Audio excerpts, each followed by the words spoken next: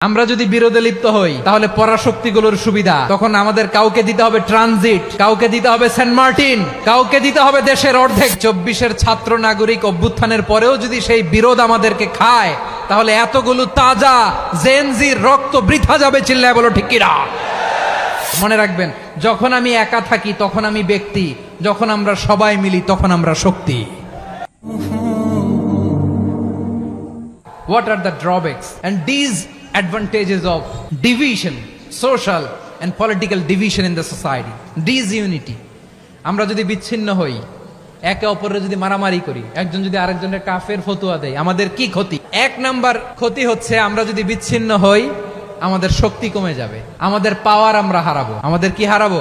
পাওয়ার। মনে রাখবেন, যখন আমি একা থাকি তখন আমি ব্যক্তি, যখন আমরা সবাই মিলি তখন আমরা শক্তি। এই শক্তি নিয়ে আমাদের সামনে এগিয়ে যাওয়ার দরকার আছে না নাই? তাহলে আমরা যদি নিজেরা বিরোধে লিপ্ত হই আমাদের ক্ষমতা, পাওয়ার ছুটে যাবে। আমরা এই পাওয়ার হারাতে চাই না, ঠিক কিনা বলেন? রব্বুল আলামিন ঠিক তাই বললেন। রব্বুল আলামিন বললেন, খবরদার, ওয়াতিউল্লাহ ওয়া রাসূলাহু ওয়া লা তানাযাউ ফাতাফশালু ওয়া তাযহাবা রিহুকুম ওয়াসবিরু ইন্নাল্লাহা মা'আস সাবিরিন। আল্লাহর আনুগত্য করো, নবীর আনুগত্য করো, কিন্তু খবরদার নিজেরা বিরোধে লিপ্ত হয়ো না, নিজেরা মারামারি করো না, তাহলে তোমাদের শক্তি কমায় দিবে কে? ফাতাফশালু, তোমরা সাহস হারাবা, ওয়া তাযহাবা রিহুকুম, তোমাদের শক্তি কমে যাবে, পাওয়ার কমে যাবে। তাহলে আমরা যদি নিজেরা মারামারি করি, আমরা নিজেরা যদি বিচ্ছিন্নতায় লিপ্ত হই, আমরা যদি মতানৈক্য করি, তাহলে আমাদের শক্তি কমে যাবে, ঠিক কিনা? আমরা শক্তি কমাবো।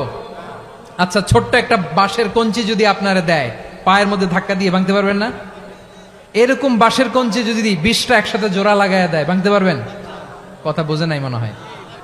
চিকন একটা বাঁশের কঞ্চি দিলে ভাঙা যাবে না?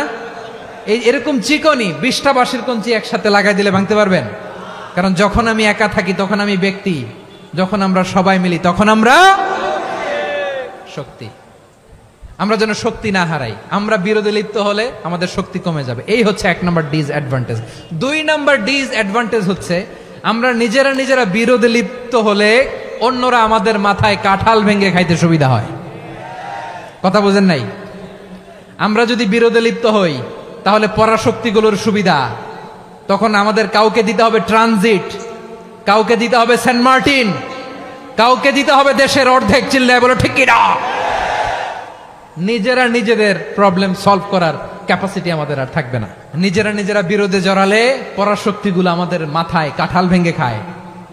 তখন ভারতের পিছনে দৌড়াতে, আমেরিকার পিছনে দৌড়াতে আমাদের জুতার তলা ক্ষয় হইয়া যাইবে। নিজেদের প্রবলেম সলভ করা যাবে না। আমরা যদি অন্যের পিছনে না দৌড়াতাম আর এই বিরোধকে থামাতে পারতাম, বাংলাদেশ আজকে যেখানে আছে তার কমপক্ষে 50 গুণ সামনে থাকতো। চিল্লায় বলেন ঠিক কিনা? তাহলে 1 নাম্বার ক্ষতি হচ্ছে আমাদের পাওয়ার লেস হয়ে যায়, আমরা দুর্বল হই যদি আমরা বিরোধ করি। 2 নাম্বার হচ্ছে পরাশক্তিগুলোর সুবিধা নেয়। 3 নাম্বার হচ্ছে আমাদের উন্নয়ন, দেশের উন্নতি, অগ্রগতি, এটা স্থবির হয়ে যায়, এটা বাধাগ্রস্ত হয়। প্রিয় ভাইয়েরা, ইউনিটি, ঐক্য হচ্ছে একটা দেশের উন্নয়নের মূল ভিত্তি। ইউনিটি অফ এ কান্ট্রি, এটা হচ্ছে একটা সাস্টেইনেবল ডেভেলপমেন্ট, সোশ্যাল স্ট্যাবিলিটির জন্য এটা অনেক গুরুত্বপূর্ণ। এজন্য বিরোধের কোনো স্থান আমরা দিব না, আমরা ঐক্যবদ্ধ থাকবো ইনশাআল্লাহ। বলেন, আর কখনো কাউরে কাফের বলে গালি দিবেন? তুই জাহান্নামী বলবেন? ঝগড়া লাগলে লাগাই দিবেন? তাহলে কি করবেন? মিলায় দিব। আওয়াজ করে বলেন, কি করব? প্রিয় ভাইয়েরা, এই বিরোধ গত 50 বছর তো আমরা দেখেছি।